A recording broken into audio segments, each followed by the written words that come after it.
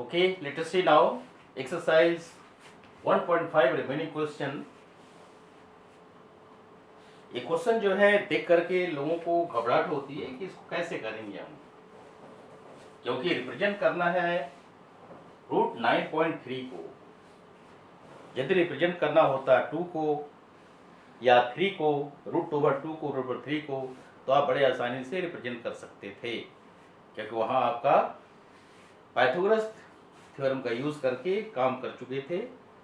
इसमें थोड़ा सा डिफरेंट है, उस डिफरेंस को आपको समझना है। क्या डिफरेंस है, इसके लिए आपको 2-3 स्टेप बताना चाहते हैं। साइड में लिखा हुआ है represent root x on the number line.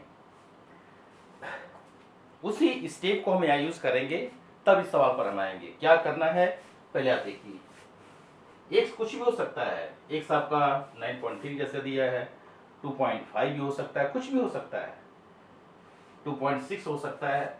यानी हमारा एक ऐसा टर्म होगा जो इरेशनल को इफेक्ट नहीं करता, इरेशनल होना चाहिए। तो इसको देखिए कैसे करेंगे।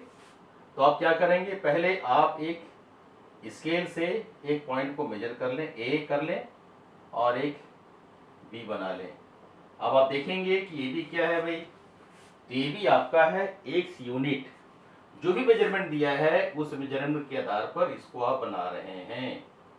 बहुत ध्यान से देखिएगा, जनरल कर देते हैं, फिर इसकी ज्योमेट्रिकल प्रेजेंटेशन भी आपको समझा देंगे चैप्टर के अंदर। तो ये आपका एक्स हुआ। अब आप क्या करेंगे कि बी से एक्सटेंड करेंगे थोड़ा। मान लेते हम बी से थोड़ा सा आगे बढ़ा दिया, ले आए सी पर। कितना बढ़ाए भाई, तो 1 यूनिट, 1 यूनिट बढ़ा दिया। जो भी हमारे पास है क्वांटिटी उसमें 1 यूनिट बढ़ा दिया और सी तैयार कर दिया। ये हमारा पहला स्टेप है, एक एक कर बता रहे हैं। ये पहला स्टेप ये करते हैं, अदरवाइज कंफ्यूजन खड़ा हो जाएगा। दूसरा स्टेप पे क्या करते हैं, दूसरे स्टेप में हम लोग ए से बी है और बी से सी है। तो हम लोग क्या कर रहे हैं, ए लिख करके बी सी, ए से सी को 2 भाग में डिवाइड करते हैं। 2 भाग में डिवाइड करने का मतलब है कि इसका मिड पॉइंट निकाल करके डिवाइड कर देते हैं। मान लेते हैं कि पॉइंट हमारा वो है, बेहतर है इसको ऊपर दिखा देते हैं, क्योंकि कंस्ट्रक्शन में थोड़ी सी समस्या आ सकती है। आप फॉलो कर लेंगे स्टेप्स को यहीं पर। तो ए से सी तक के डिस्टेंस को 2 भागों में डिवाइड कर लेते हैं। मान लेते हैं डिवाइड करने के बाद हमारा जो पॉइंट ऑफ डिवीजन आया वो आया, जो मिड पॉइंट कहा जा रहा है, यानी AO is equal to OC। अब O को सेंटर मानिए और OA या OC को रेडियस मान करके एक सेमी सर्कल ड्रॉ कीजिए। सेमी सर्कल ड्रॉ करेंगे तो ये A और C को कट करेगा।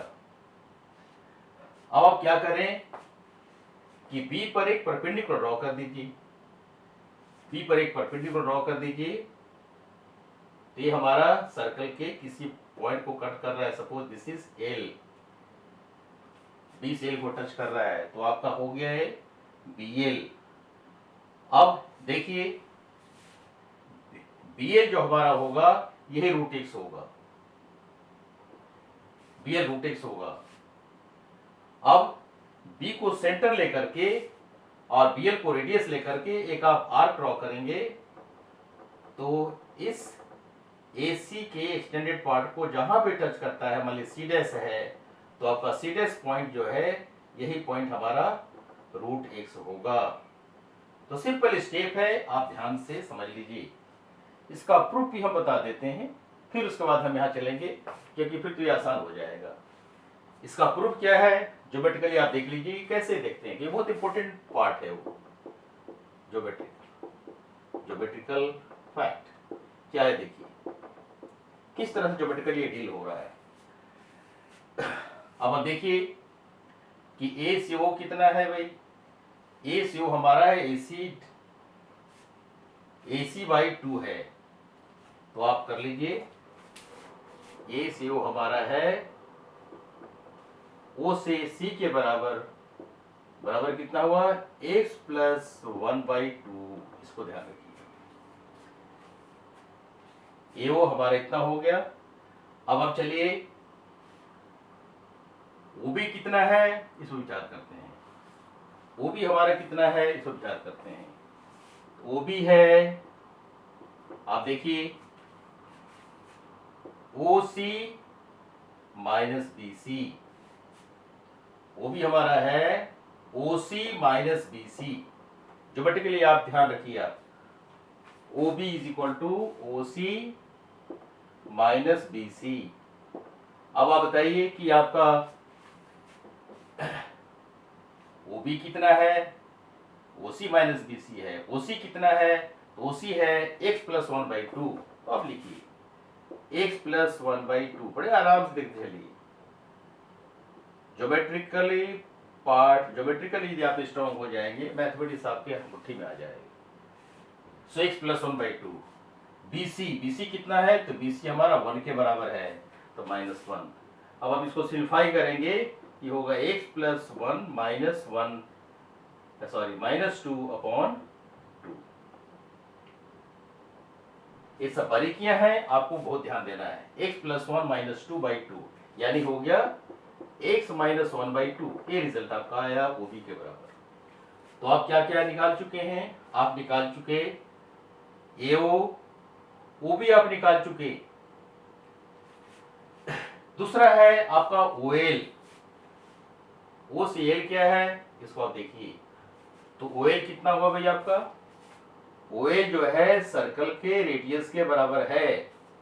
OL हमारा AO के बराबर है, जो पहले दिखे थे कि O को सेंटर लेकर के और OA को रेडियस लेकर के आप एक सर्कल ड्रॉ कीजिए, सेमी सर्कल। इस तरह से हमारा AO और OC क्या बना, OL क्या बना, दिस इज द रेडियस, क्योंकि सेंटर से यदि सर्कमफेरेंस के किसी पॉइंट को ज्वाइन किया जाए तो वह रेडियस ही होता है। इसलिए आप ध्यान रखिएगा, OL हमारा क्या हुआ, AO के बराबर हो गया। AO कितना है, ये है x प्लस 1/2। यह आपका रिजल्ट है। अब आप यहां देखिए, चूंकि AB परपेंडिकुलर है, इस तरह दिखा दीजिए। ये हमारा जो फिगर बना एक राइट ट्रायंगल है, यहाँ पाइथागोरस थ्योरम को अप्लाई कर दीजिए। तो लिखिए आप by Pythagoras theorem, by Pythagoras. इस पाइथागोरस थ्योरम से आप यूज कीजिए, क्या देखेंगे, क्योंकि आपको BL मालूम करना है। आप OB जानते हैं और OL जानते हैं, तो BL आपका हुआ BL स्क्वायर, यानी this is the hypotenuse, OL is hypotenuse, so hypotenuse square is perpendicular square plus base square, but perpendicular square is equal to hypotenuse square minus base square। तो आपका OL square minus OB square हुआ। Simple सा geometry है, इसको आप ध्यान रखेंगे। तो OL square minus OB square, OL कितना है भाई, OL आपका है x plus 1/2 whole square minus OB कितना है, ये आपका है x माइनस 1/2 होल स्क्वायर। अब आप इसको सिंप्लीफाई करेंगे, सिंप्लीफाई करने के बाद में क्या मिलेगा, a square minus b square, a minus b into a plus b। तो आप कर सकते हैं x plus 1/2 minus x minus 1/2 into x plus 1/2 plus x minus 1/2। अब आप इसको सिंप्लीफाई करेंगे तो बनेगा ये, this is x plus 1 minus x plus 1, x plus 1 minus x plus 1 upon 2। This is x plus 1 plus x minus 1/2। आपका minus x plus x cancel हो गया, यहाँ -1 प्लस 1 कैंसिल हुआ, तो बच गया 2/2 इंटू 2x/2। हम इस पार्ट को यहाँ लिख रहे हैं, टॉप पे लिख रहे हैं, so that it is visible to you all। so अब आप देखिए यहां से क्या रिजल्ट बन रहा है, ये आपका बन गया BL square is equal to 2/2 into 2x/2, तो ये आपका 2 कैंसिल हो गया, 2 कैंसिल हो गया, बच गया x। तो BL square is equal to x। अब आप रूट दोनों तरफ ले लीजिए, रूट ले लीजिए, यहाँ पे रूट ले लीजिए, तो क्या बना आपका BL is equal to root x. Therefore BL is the representation of root x, जैसा आपको दिखाया गया है। इसको आप यहाँ दिखा दीजिए अपनी सुविधा के लिए। अब आपको नेक्स्ट पेज में बताया था कि B को सेंटर लीजिए और BL को रेडियस लेकर के सर्किल आर्क ड्रॉ कीजिए जो C डैश पर टच करता है, तो C डैश हमारा रूट एक्स हुआ। तो हमको लग रहा है कि आपको क्लियर हो गया होगा। तो इसी को बेस मान करके आप 9.3 ड्रॉ कर दीजिए। 9.3 में क्या बनेगा आपका, x की जगह हो जाएगा 9.3, यही बता देते हैं आपको हम। सारा काम वही होगा, 1 यूनिट बढ़ा देंगे, इसको डिवाइड कर देंगे, मिड पॉइंट निकाल लेंगे, फिर सारा काम ऐसा ही करना है जैसे पहले हुआ था। एज इट इज आप कह देंगे BL आपका रूट ओवर 9.3 हुआ। इसको एक्सीड करके बना सकते हैं। इस तरह से हम रूट ओवर 9.3 को नंबर लाइन पर ड्रॉ कर सकते हैं। हमारा उद्देश्य यही था कि आपको पूरी तरह से हर तरह के टर्म को, जो ऐसे ऐसे क्वेश्चन बनते हैं, उसको हम रिप्रेजेंट कैसे करते हैं बताना था। तो चलते हैं क्वेश्चन नंबर 5 की ओर। Let us see exercise 1.5 question number 5।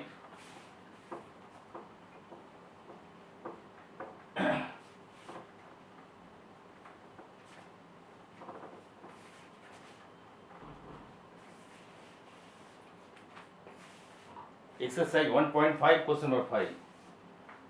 देखिए क्या कह रहा है, सारा कॉन्सेप्ट बेस्ड क्वेश्चन है। इस एक्सरसाइज के लास्ट क्वेश्चन है, कहा है rationalise the denominator, rationalise the denominator. हमारा जो उद्देश्य है, वो उद्देश्य यही है कि आपको पूरी तरह से फैक्ट को समझा दिया जाए ताकि आपको कोई दिक्कत नहीं हो। रेशनलाइज डिनोमिनेटर क्या होता है, आप देखिए पहला क्वेश्चन ले लीजिए, सवाल से समझा देते हैं। पहला क्वेश्चन आपका है 1/√7। तो रेशनलाइज करने के लिए जो हमारा जो टर्म नीचे का है, डिनोमिनेटर का टर्म है, वो इरेशनल टर्म है। तो आप क्या करो कि 1/√7 लेकर के √7 से न्यूमरेटर और डिनोमिनेटर को मल्टीप्लाई कर दीजिए। इस तरह से काम करना है, ये आपका एक्स्ट्रा वर्क को माइंड में रखिएगा, बोला कर दिया। अब आप देखिए क्या बना, √7 अपॉन √7 इंटू √7 मिलकर के बन जाएगा √7 होल स्क्वायर, यानी बन गया 7। सो √7 अपॉन 7, ये हमारा यही आंसर है। This is the technique of rationalising denominator. इस तरह से आप सेकंड क्वेश्चन को देखिए। सेकंड में कह रहा है 1/√7 माइनस √6। यहां पर उसी तरह से इसके अपोजिट साइन वाले टर्म से मल्टीप्लाई कीजिए, तो क्या बन जाएगा 1/√7 minus √6 is √7 plus √6 upon √7 plus √6। हमको ऐसा मल्टीप्लाई ढूंढना है कि डिनोमिनेटर का टर्म हमारा रेशनल बन जाए। So this √7 plus √6 whole divided by 7 minus 6, यानी बन गया √7 plus √6 upon 1। So we have got the result. This is the technique of rationalizing the denominator. We got it. उसी तरह से आपका थर्ड है, आपका मल्टीप्लायर क्या बनेगा 1/√5 प्लस √2। इसको √5 माइनस √2 से ऊपर नीचे मल्टीप्लाई कीजिए और जो काम करके दिखाए उस काम को करके आप आगे बढ़ाइए। फोर्थ में उसी तरह से है, फोर्थ समझा दे रहे हैं, चिंता नहीं करना है। यहाँ आप लाइक करें, शेयर करें, आप देखेंगे अच्छे अच्छे टेक्निक्स मिलते चले जाएंगे। √7 माइनस √2 है, तो ठीक इसी तरह से आप अपोजिट ही ले लीजिए, क्योंकि यहाँ क्या है -2, इसको आप सजाएं तो ऐसे सजा दीजिए 1/-2 प्लस √7।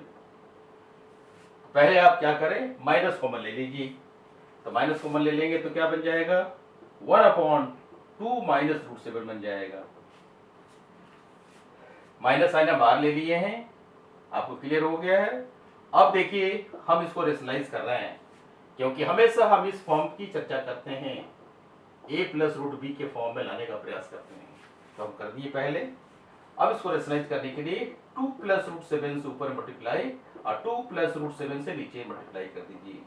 तो रिजल्ट बन जाएगा minus times 2 plus root 7 whole divided by a minus B into A plus B, यानी 4 माइनस 7, 4 माइनस 7 हो गया, माइनस 3 यानी माइनस माइनस प्लस, यानी 2 plus root 7 divided by 7, 4 minus 7 minus 3, minus minus plus, तो आप 3 कर सकते हैं।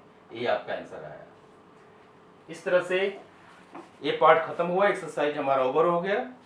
अब हम नेक्स्ट क्लास में लॉज ऑफ एक्सपोनेंट पर चलकर चर्चा करेंगे और उससे रिलेटेड कुछ क्वेश्चन है उसको डील करेंगे, एक्सरसाइज 1.6। Thank you.